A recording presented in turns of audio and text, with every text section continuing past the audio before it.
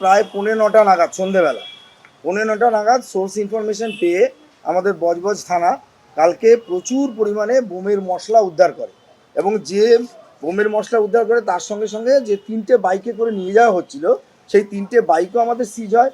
প্রচুর পরিমাণে sodium powder, 10 কেজির উপরে অ্যালুমিনিয়াম পাউডার, ফসফরাস ডাস্ট এবং রেড সালফার এবং আয়রন ডাস্ট এগুলো আমরা উদ্ধার করি, যেগুলো কিনা বোমা তৈরির কাজে লাগে।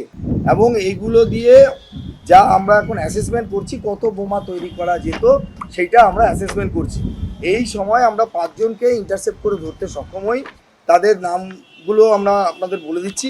এদের মধ্যে নবীনচন্দ্র রায় বলে একজন ভদ্রলোক আছেন। এই ভদ্রলোক কিন্তু আমাদের জেরা যখন করেছে আমাদের যারা তদন্তকারী অফিসার ছিল তিনি জানিয়েছেন যে তিনি একজন সক্রিয় আরএসএস কর্মী এবং সক্রিয় বিজেপি কর্মী এবং ওনাকে কিন্তু গত রামনবমীর দিন বাটা মোড়ে, যে আপনারা জানেন যে সেখানে আমাদের পুলিশের একটা ব্যারিকেড করা ছিল, আমরা একটা রুট ঠিক করে দিয়েছিলাম, সেখানে কিছু তর্ক বিতর্ক হয়, সেইখানে তাকে দেখা গেছে।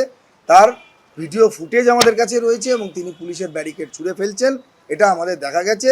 বাকি বিষয় যা নিয়ে যে কোথা থেকে এই সোর্স ওই জিনিস এলো, কেন এটাকে আনা হলো, এই সমস্ত বিষয়টা কিন্তু খতিয়ে দেখা হচ্ছে।